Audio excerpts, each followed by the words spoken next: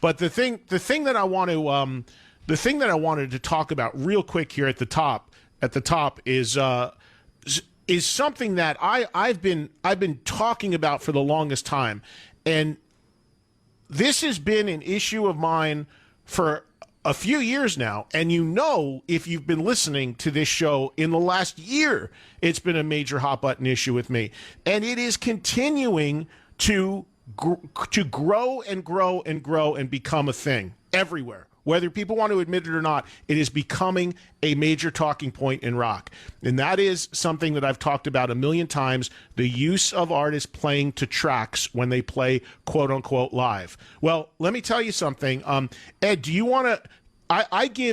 I do not in any way agree with or endorse artists doing it. I think my preference, and I think rock and roll should be 100% live. I've said it a million times. If you can't do it live the way it is, bring an extra person or two on the road.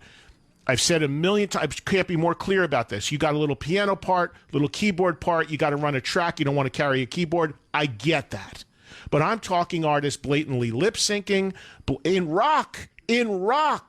Blatantly lip syncing, tons of stuff on tracks, lead vocals being lip synced. It's everywhere. Every single day I get emails about Kiss doing it. Okay, I've said it. Okay, I've said it before. It's everywhere online. I'd be an idiot to deny that. All you got to do is take one click on YouTube, pump it in, and you will see videos everywhere online.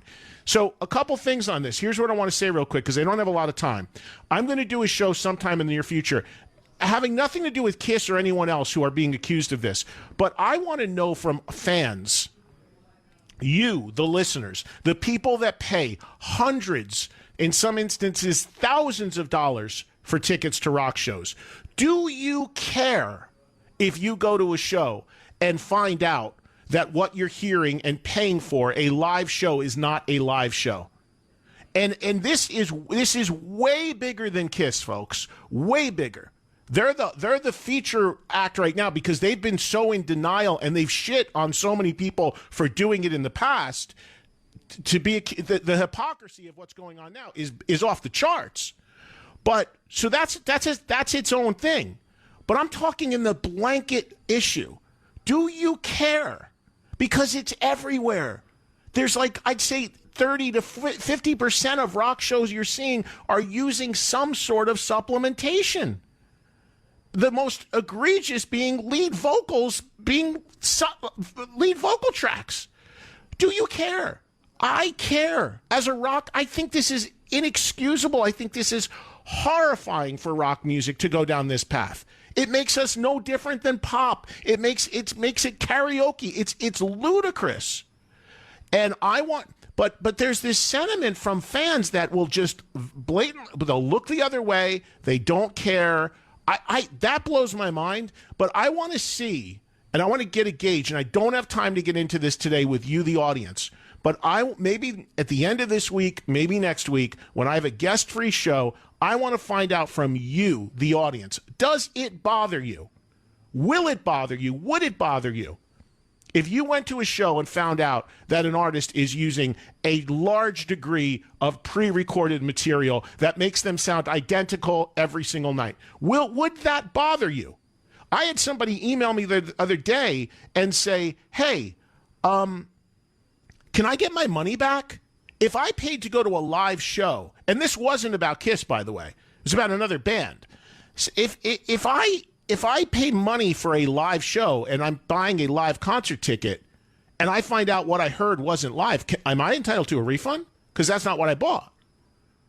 And it opens up a whole, it really is incredible when you start to think about how rampant this is. And I called this a couple years ago. And as long as nobody talks about it, as long as every interview that interviews these acts doesn't bring it up and pretends it's not happening and doesn't ask the tough question about it, it will grow and get worse and worse and worse across the board. Because if you're going to accept it, we're going to charge you your $1,000 for your ticket and we're going to do a karaoke act for you. It's ludicrous.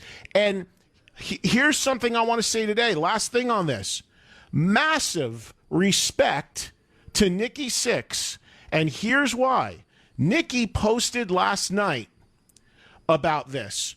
Motley Crue has used tracks. They've admitted it. They have admitted it on all of their social media. Mick Mars brought it up and mentioned it on that metal show. He said he didn't like doing it, but they did it. Today, this is what I'm telling you how big of an issue this is becoming. It is a massive talking point, certainly behind the scenes in the world of rock right now. Because the artists who don't use the tracks are getting pissed off because they're hearing about all these other bands sounding so great when they know it's fake. Nikki, to his credit, even though I do not agree with bands playing to tracks, Nikki came out today and said, yes, Motley Crue has done it. We've put backing vocals, we put bass tones, we've put sounds, we've put this. Yes, we play to a computer. Yes, we put it in. Now, that's the worst kept secret in the world, but his admission of it, now Motley Crue is not an active band right now. Whether they ever become one again, we don't know. But at least his admission of it is not giving you this smoke and mirrors act. If a band goes out on tour and says, hey, by the way, guys, we're going to do our best, but we got a lot of tracks running, you're going to be hearing a lot of recordings, and you buy your ticket still, well, then that's on you. I don't know anybody else who has done this or does this who has come out publicly and said, yes, we use tracks. We need the help. It works for us. We use fake backing, pre-recorded tracks. But Nikki did it today. And you can read, you don't need to be a genius to know that Nikki's tweet was inspired by what's going on now and what people are talking about with Kiss. Why? Because there's video online of them, Kiss, taking shots at Motley because this is the hypocrisy of it. There's actually video of Kiss on stages saying, hey, we don't have backing singers up here. We actually do this live. That was a veiled shot, not so veiled shot at Motley. So you're seeing what's happening. And Tommy Lee publicly came out and said Kiss ripped off Motley's stage show. Tommy tweeted that a week ago. So there are things going on here, and how many people are naming names and saying this, but cut through all the bullshit, and that's what's going on. So you got Nikki coming out today saying, hey, yeah, we use tracks. We always use tracks. We're still using tracks if we play. It helps us. That's what we do.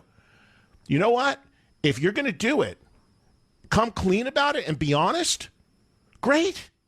I don't agree with it, but I give you all the credit in the world, at least being honest with your audience that you're doing it. But if you're out there saying, look at how great I sound, and it's a computer, you got to be kidding me. So, to my knowledge, Nikki is the first guy, and this happened last night, because that's what I'm saying. This is an issue. This is a big talking point in the business. Artists don't just wake up and voluntarily pump this stuff out. There's a reason they're doing it. The fact that he voluntarily came out and said that today and admitted, because, if he's going to call someone else out about doing it, he has to own it himself. And he did.